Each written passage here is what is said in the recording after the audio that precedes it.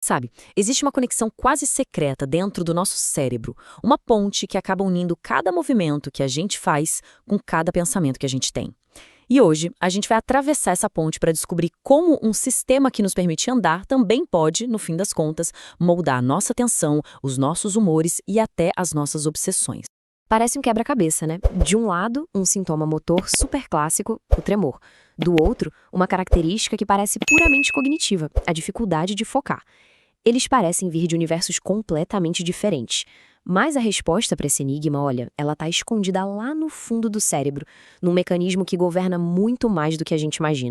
Essa é a forma como a gente costuma pensar sobre o cérebro, como se fosse uma estante cheia de gavetinhas separadas. Tem a gaveta da linguagem, a gaveta da visão, a gaveta do movimento.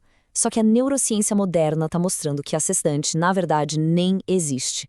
É tudo uma rede só, super interligada, onde mexer num fiozinho pode fazer a estrutura toda vibrar.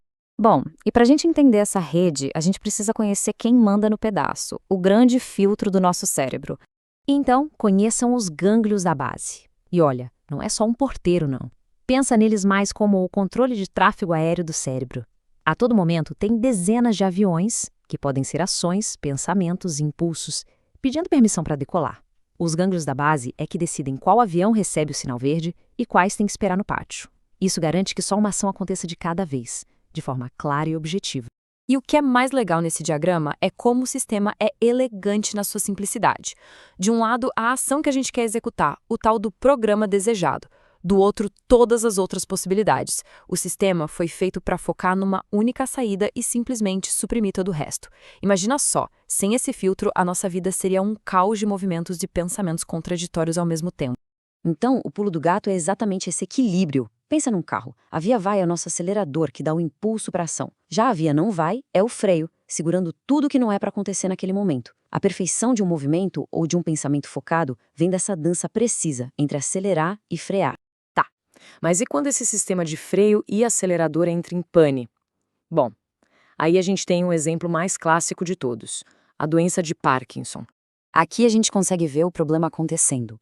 À esquerda, um cérebro saudável, em que a dopamina funciona como um óleo lubrificante, garantindo que o acelerador e o freio trabalhem em harmonia.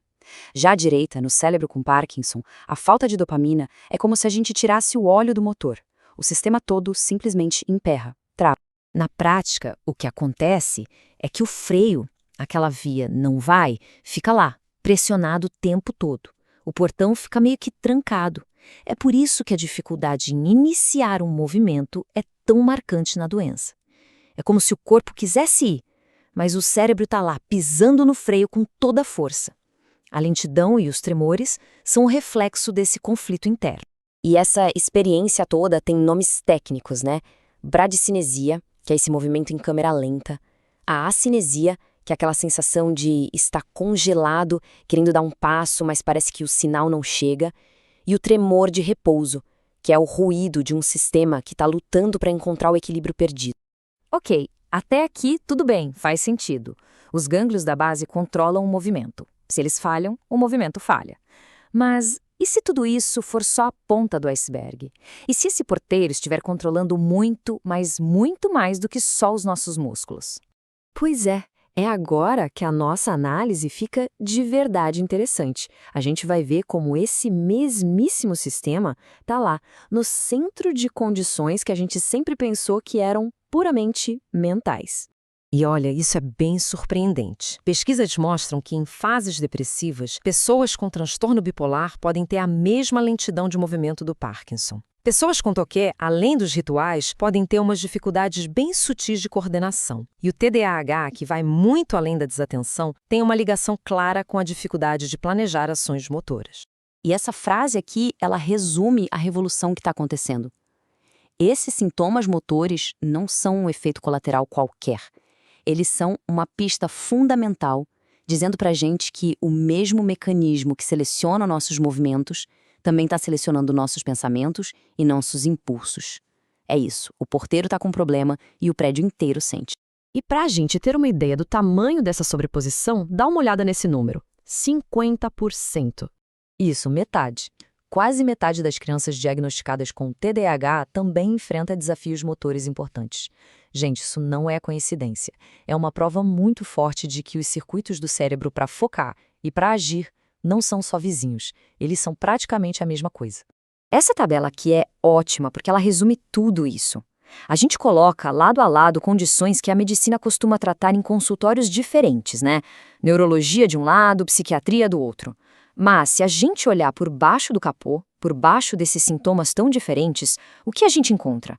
Um denominador comum, um problema no sistema de seleção de ações. Seja para filtrar um movimento, um pensamento obsessivo ou um impulso hiperativo, o porteiro é o mesmo. Ok, então, o que a gente faz com tudo isso? Por que essa conexão é tão importante assim? É que ela basicamente obriga a gente a rasgar os mapas antigos do cérebro e começar a desenhar um novo, do zero. Sabe aquele muro que a gente construiu entre doenças neurológicas e psiquiátricas? Ele está caindo por terra. A ciência está mostrando que essa divisão é artificial. A gente começa a ver que não existe problema do cérebro versus problema da mente. Na verdade, são só jeitos diferentes que uma mesma rede neural super integrada encontra para mostrar que algo não vai bem. E o que isso significa para o futuro? Bom, as implicações são gigantescas. Dá para imaginar um futuro em que um psiquiatra vai olhar para o jeito que uma pessoa anda para ajudar no diagnóstico da depressão?